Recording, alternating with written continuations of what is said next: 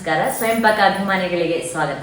ಈ ದಿನ ನಾನು ತೆಂಗಿನಕಾಯಿ ಹಾಕ್ತೇನೆ ಟೊಮೆಟೊಕಾಯಿ ಚಟ್ನಿ ಹೇಗ್ ಮಾಡೋದು ಅಂತ ಹೇಳಿ ತೋರಿಸ್ಕೊಡ್ತಾ ಇದ್ದೀನಿ. ಬೇಕಾಗುವ ಪದಾರ್ಥಗಳು: ಟೊಮೆಟೊಕಾಯಿ 6, ಹಸಿಮೆಣಸಿನಕಾಯಿ 4, ಹಾಗೆ ನಾನು ಜೊತೆಗೆ ಜೀರಿಗೆ ಮೆಣಸನ್ನು ಇಟ್ಕೊಂಡಿದ್ದೀನಿ, 15 ಇಟ್ಕೊಂಡಿದ್ದೀನಿ. ನೀವು ಖಾರದ ಅಪೇಕ್ಷೆ ಮೇಲೆ ನೋಡ್ಬಿಟ್ಟು ಹಾಕೊಳ್ಳಿ.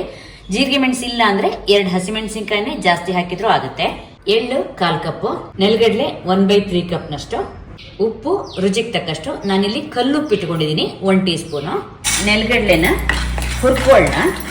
ನೆಲಗಡಲೆ ನಾನೀಗ ಪಟಪಟ ಅನ್ನಷ್ಟು ಚೆನ್ನಾಗಿ ಹುರಿದಿದ್ದೀನಿ. ಇದನ್ನ ಒಂದು ಬಟ್ಲಿಗೆ ತೆಕ್ಕೊಳ್ಳೋಣ.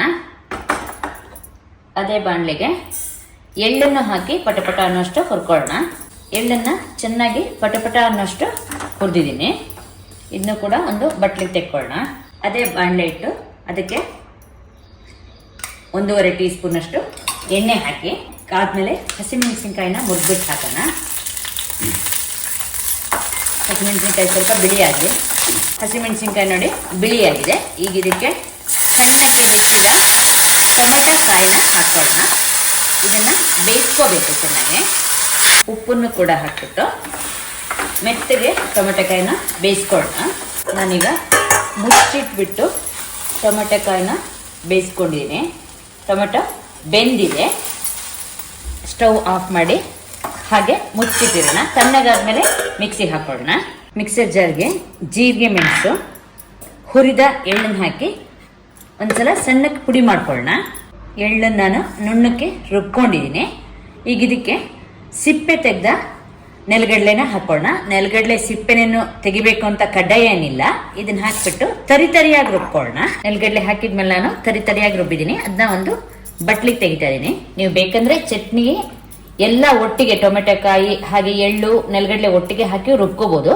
ನನಗೆ ಚಟ್ನಿ ತರಿ ಇಷ್ಟ ಆದ್ರಿಂದ ನಾನು ಈ ತರ ರುಬ್ತಾ ಇದ್ದೀನಿ. ಈಗ ಸಣ್ಣಗಾದ ಈ ಟೊಮೆಟೊಕಾಯಿನ ಕೂಡ ಹಾಕಿ ರುಬ್ಕೊಳ್ಳೋಣ. ಈಗ ನಾನು ಟೊಮೆಟೊಕಾಯಿನ ಸಣ್ಣಕ್ಕೆ ರುಬ್ಕೊಂಡಿದ್ದೀನಿ. ಈಗ ಎಳ್ಳು ಹಾಗೆ ನೆಲಗಡಲೆ ಪುಡಿ ಮಾಡಿಟ್ಟಿದ್ವಲ್ಲ ಇದನ್ನ ಹಾಕ್ಬಿಟ್ಟು ಒಂದ್ಸಲ ರುಬ್ಕೊಳ್ಳೋಣ.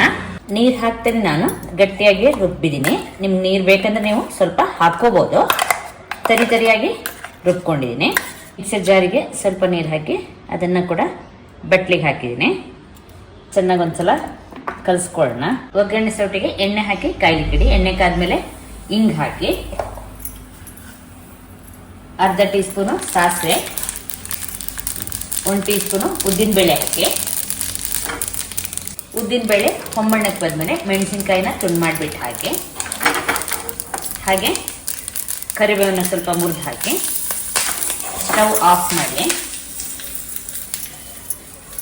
ಒಗ್ಗರಣೆನ ಚಟ್ನಿಗೆ ಹಾಕಿದ್ರೆ ನಿಮಗೆ ಟೊಮೆಟೊಕಾಯಿ ಚಟ್ನಿ ಕಾಯಿ ಇಲ್ಲದೆ ಸಿದ್ಧವಾಯಿತು. ನೋಡಿದ್ರಲ್ವಾ ಟೊಮೆಟೊಕಾಯಿ ಚಟ್ನಿ ಹೇಗೆ ಮಾಡೋದು ಅಂತ ಹೇಳಿ. ನೀವು ಕೂಡ ನಿಮ್ಮ ಮನೆಯಲ್ಲಿ ಈ ಚಟ್ನಿಯನ್ನು ಮಾಡಿಬಿಟ್ಟು ನಿಮ್ಮ ಅಭಿಪ್ರಾಯನ ತಿಳಿಸಿ.